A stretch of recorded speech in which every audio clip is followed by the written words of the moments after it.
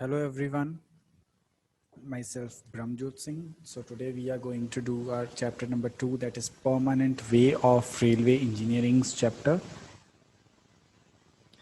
Now what is permanent way? The railway track of permanent nature which handles the normal commercial traffic regularly is called permanent way or permanent track. ਸੋ ਜਿਹੜਾ ਵੀ ਸਾਡਾ railway track ਬਣਿਆ ਜਾਂਦਾ ਕਿਉਂਕਿ ਉਹ permanent nature ਦਾ ਉਹਨੂੰ ਅਸੀਂ change ਨਹੀਂ ਕਰ ਸਕਦੇ ਉਹਦੇ ਵਿੱਚ ਆਲਟਰੇਸ਼ਨਸ ਨਹੀਂ ਕਰ ਸਕਦੇ ਉਹ ਆਪਣੀ ਪੋਜੀਸ਼ਨ ਚੇਂਜ ਨਹੀਂ ਕਰ ਸਕਦਾ ਉਹਦੇ ਉੱਤੇ ਹੀ ਸਾਨੂੰ ਟ੍ਰੇਨ ਚਲਾਣੀ ਪੈਣੀ ਆ that's why that is called permanent track ਔਰ permanent way permanent way the component parts ਕੀ ਨੇ first is subgrade or which is also called formation, another is ballast or ballast, sometimes it's called ballast or ballast, you can say anything. Next is sleepers or rail bearers, fourth is rails, and fifth is fixtures and fastenings. It has many type of connections or connecting materials in fixtures and fastenings. So fixtures and fastening basically is a point having a lot of meaning in it. So we'll be discussing as we'll move on. So the very first is I would like to show you this cross section. This is basically the vertical cross section of a railway track. Now you see here, the underneath there is subsoil which is shown with red color, right? This is the ground level. Now whole of the structure which is constructed above this subsoil, it is in embankment, means everything is in filling, right? So the very first layer from the bottom, we always start measuring layers from bottom, not from top. So the very first is subgrade, in which mainly soil is used, stabilized soil is used.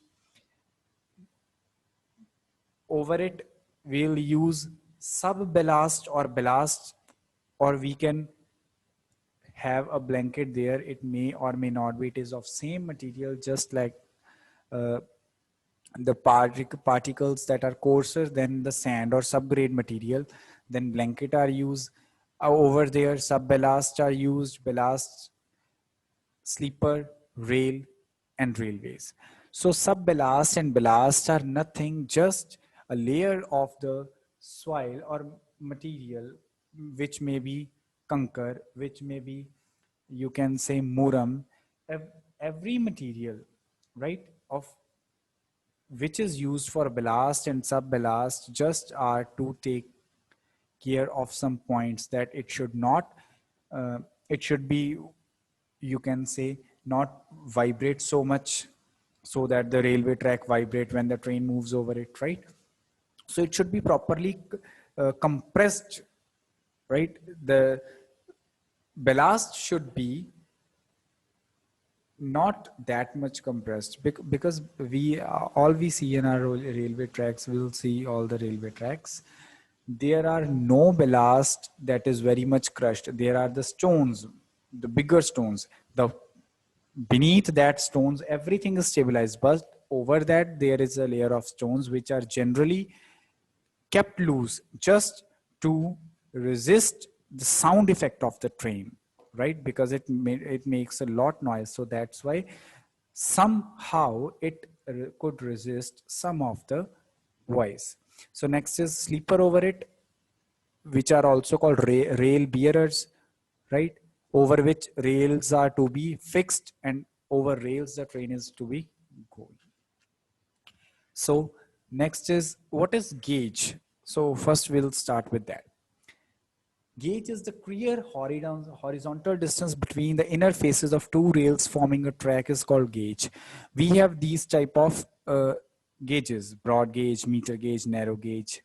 So see here, we have two rail sections, one rail here and one rail here.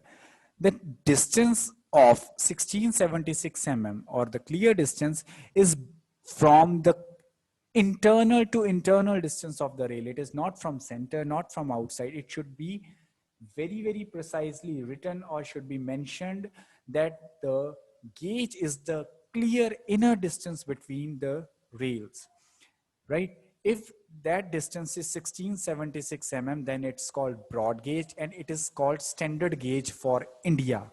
Why? Because over 50 to 60 to 70%, you can say, the railways are of broad gauge. That's why it is called standard gauge for India. Next is meter gauge. Same, the distance, the clear inner distance between the two rails is 1000 mm. If the inner distance between the rails is 1000 mm, then it is called meter gauge because 1000 mm makes a meter. So that it is a very common sense that from that they got the name. The countries like France, Switzerland, Argentina uses meter gauge. 40% of India's railway track are of this gauge. These are also provided where you can say sub-mountainous area, yeah, sub-hilly areas in which the railway track of broad gauge is not, you can say, be provided.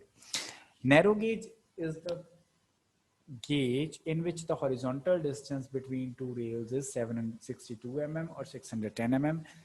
10% of the gauge of India tracks are of narrow gauge, right? This gauge is also called feeder gauge or light gauge,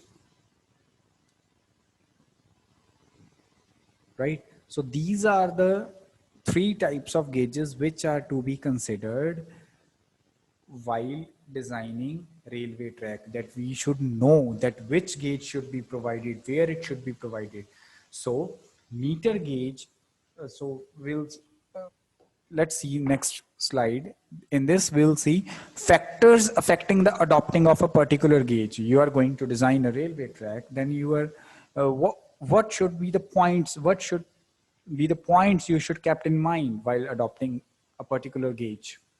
So the very first is intensity of the population.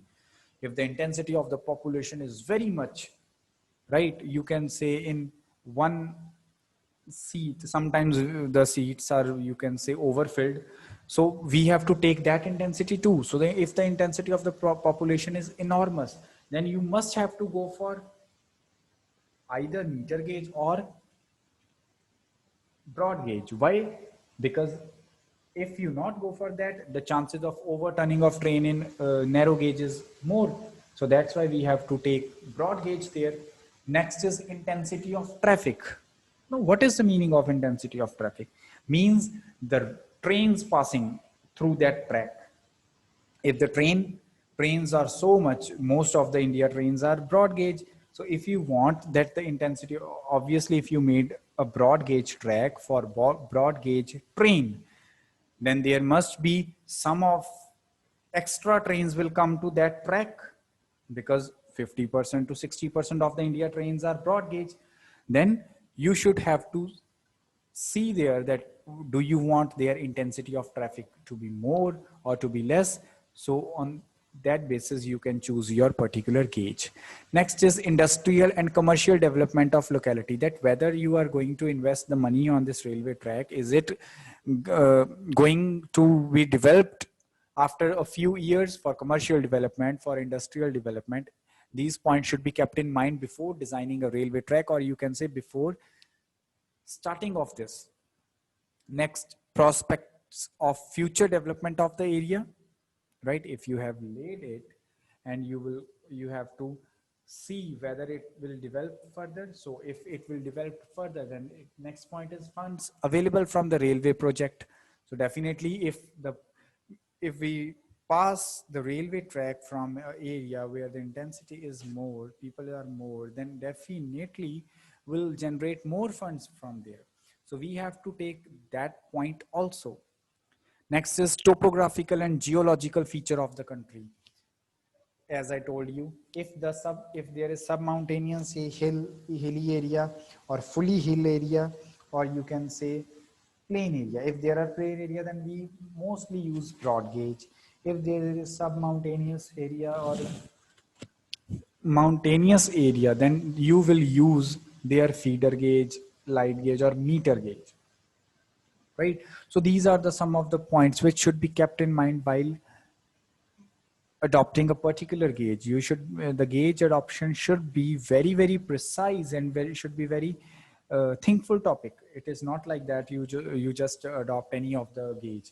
It should be proper survey should be done. Everything should be done before selecting any particular gauge, right?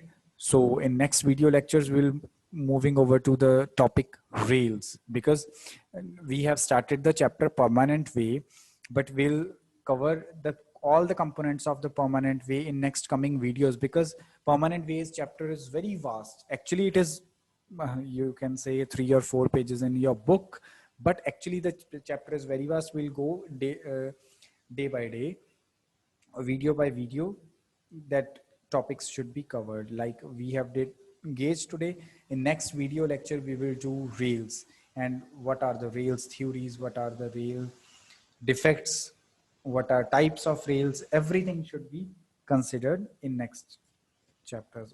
After that we'll start sleepers, ballast, rails, everything we'll discuss in next video lectures. So thank you for today.